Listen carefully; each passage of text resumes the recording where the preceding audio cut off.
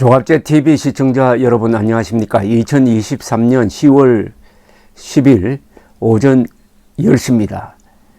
예상대로 하마스 측이 납치해간 이스라엘 인질들을 이용하기 시작했습니다. 하마스 측은 어제 이런 발표를 했습니다. 잡혀간 인질 4명과 그들을 지키고 있던 하마스 측 무장대원이 이스라엘의 폭격으로 사망했다고 하면서 앞으로 계속 민간인들을 공격하면은 인질들을 차례로 처형하겠다. 그리고 그것을 공개하겠다. 즉 공개 처형을 하겠다고 협박하고 나왔습니다. 네타냐후 이스라엘 수상은 어제 연설을 통해서 하마스를 IS 같은 흉악무도한 테러 집단으로 분류를 하고 앞으로 며칠 동안 우리가 우리의 적들에게 취할 행동은 세대를 넘어서 그들을 뒤흔들게 될 것이다 라고 했습니다. 가자 작전은 시작에 불과하다는 겁니다. 네타냐후는 바이든 미국 대통령에게 곧 가자 지구로 진입할 것임을 통보하고 중동에서는 약하게 보이면 안 된다. 달리 도리가 없다고 말했다는 미확인 보도도 나오고 있습니다. 약 10만 명의 이스라엘 군대가 가자 지구로 집결하고 있습니다. 약 30만 명의 예비군을 지금 소집한 상태입니다. EU, 유럽연합도 팔레스타인 지원 예산 약 7억 달러의 집행을 중단했습니다. 그런데 학살된 이스라엘 민간인 시신이 계속 발견되면서 이스라엘 측 사망자가 900명으로 늘어났습니다. 그 가운데 85명은 군인이라고 합니다. 부상자는 2,600명, 가자 폭격으로 인한 사망자는 약 700명, 부상자는 약 3,000명, 상방 합치면은 사망 1,600명, 부상 약 6,000명입니다. 그러니까 약 10,000명에 육박하는 사상자가 발생했습니다. 소수의 하마스 무장대가 아직도 활동 중이라고 합니다. 가자 지구와 인접한 베리 키부츠에서는 100여 구의 시신이 수습되었습니다. 지난 토요일 이곳을 점거한 하마스는 인구 약 1,000명인 이 집단 농장에서 난사, 납치, 집단 학살을 자행을 했습니다. 사망자는 더 늘 것으로 보입니다. 뮤직 페스티벌 행사장에서 있었던 학살로 수습된 시신은 260여 구. 이 두 곳에서 또 인질로 잡혀간 사람들이 많다고 합니다. 그러니까 이 하마스는 전투 중에도 규칙을 지켜야 하는 군인으로 행동한 것이 아닙니다. 그러니까 오로지 살육과 납치가 목적인 테러리스트였다는 겁니다. 이스라엘 국방장관이 이들을 야만인으로 간주하여 대응하겠다는 말은 그들을 군인으로 예우하지 않겠다는 뜻입니다. 타임스 오브 이스라엘이라는 이스라엘에서 나오는 영자 신문은 이집트 정부 측에서 네타냐후 정부에 여러 차례 가자에서 큰 것이 터질 것이다, 끔찍한 일이 벌어질 것이라고 경고하였지만은 무시당했다고 보도를 했습니다. 네타냐후 정부에는 웨스트뱅크, 요르단강 서안 지구 정착민들 편을 드는 극우파가 많고 이들은 지지자들의 희망에 따라 서한 지구의 소요 사태를 진압하는 데 더 큰 신경을 써가지고 가자 지구 방어에는 소홀했다는 이야기입니다. 오슬로 합의를 반대하는 강경 세력에 영합하는 정책을 편 것이 정보 실패로 나타나 기습을 허용했다는 이야기가 되겠습니다. 예컨대 지난 7월 이스라엘군 1,000명은 여당 규모입니다.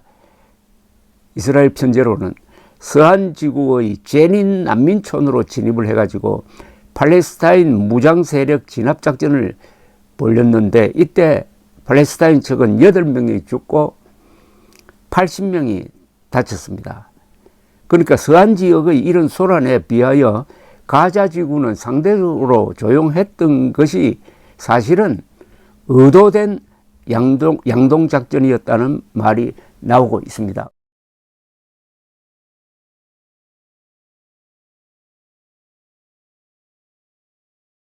어제 월스트리트 저널은 이번 하마스의 이스라엘 공격은 이란이 다 뒤에서 조종한 것이라고 하는 단독 보도를 내놓았습니다. 하마스 헤즈볼라 측으로부터 들었다는 이야기였습니다.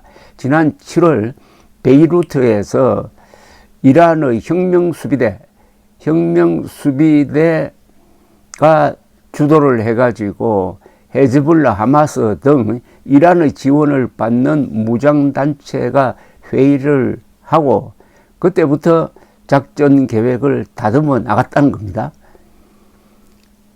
이란이 이렇게 하는 이유는 지금 이스라엘과 사우디가 국교 정상화, 관계 정상화를 논의하고 있고 이것을 흔들기 위한 의도가 있었을 것이다. 이렇게 지금 월스트리트 저널은 분석했습니다. 지금 중동에서 이란이 가장 미워하는 나라가 있다면 사우디아라비아와 이스라엘입니다. 그런데 그 사우디아라비아와 이스라엘은 관계가 좋지 않았는데 이 두 나라가 손을 잡으면은 이란이 아주 곤란한 지경에 처하게 된다. 이렇게 봤다는 거죠. 그러는 사이에 찬스를 발견했다는 겁니다. 즉, 최근에 네타냐후 수상이 이분이 뇌물 혐의로 지금 기소되어 가지고 재판을 받고 있습니다.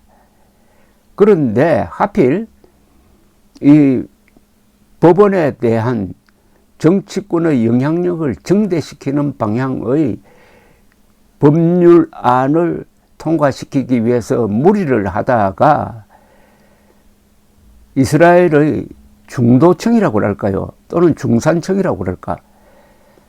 이런 사람들이 들고 일어나가지고 반 네타냐후 시위를 아주 세게 벌였습니다. 이때 예비군들이 많이 반 네타냐후 시위에 참가했고 현역 군인들도 이건 너무하다 해가지고 네타냐후에 대해서 상당한 불만을 품고 있었다는 겁니다. 이게 이란의 눈에는 네타냐후의 약점이다. 요 틈을 타서 기습을 하기로 이제 기획을 했다는 거죠. 그 타이밍이 그렇습니다. 지난 8월이면은 바로 그 시위 사태 직후쯤 되겠는데, 그런데 네타냐후도 그 내부 사정에 들여다 보면은 이 국정 운영을 공정하게 해야 하는데 자신들을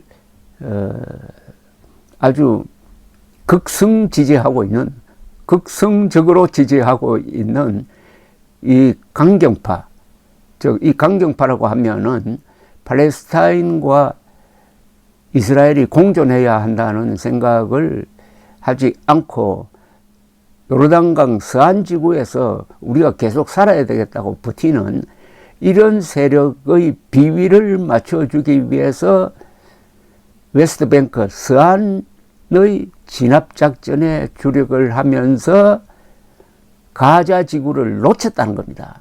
여기에 말하자면 허점이 생겼다는 겁니다. 이렇게 함으로써 정보 판단이 제대로 되지 않았다는 겁니다. 이렇게 하다 보니까 자연히 웨스트뱅크 작전에 묶여가지고 가자 지구에서 중요한 모의가 벌어지고 있다는 것을 모르다가 이번에 당해버렸다는 겁니다. 이스라엘 언론은 이번 사건을 2001년 미국에서 있었던 9.11 테러, 또 1941년에 있었던 진주만 공습에 비유하고 있습니다. 사실은 인구 비례로는 그보다 더하다고 봐야 됩니다.